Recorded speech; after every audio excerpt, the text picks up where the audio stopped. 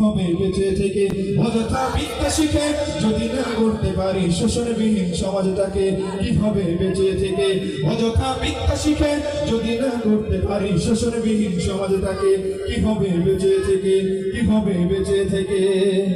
কি হবে ছাত্র সেজে চমুকে শরীর খারাপ যদি হয় বিদ্যালয়টা সন্ত্রাসীদের আড্ডাখানা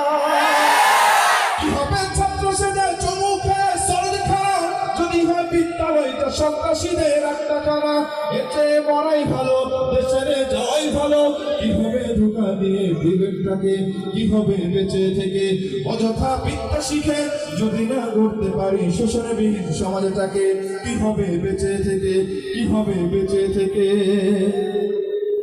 কি হবে আলেম হয়ে ইমাম সেজে সমাজেতে আর যদি সত্য কথা উচ্চ স্বরে না বলিতে কি হবে আলেম হয়ে ইমাম সেজে সমাজেতে আর যদি সত্য কথা উচ্চ স্বরে না বলিতে চাকরি ভয় করো যদি ছেড়ে দাও ওই নগদী কি হবে ধোঁকা দিয়ে আল্লাহকে বেঁচে থেকে অযথা বিদ্যা শিখে যদি না করতে পারি শোষণবিহীন সমাজটাকে কি হবে বেঁচে থেকে কি হবে শেষ নবীর উম্মত বলে দাবি করে যদি ওই নবীর জিয়ার কাদিয়ানীরা দখল করে কি হবে শেষ নবীর উম্মত বলে দাবি করে যদি ওই নবীর জিয়ার কাদিয়ানীরা দখল করে নবীজির জন্য যদি রক্তের বহে নদী কি না বলেন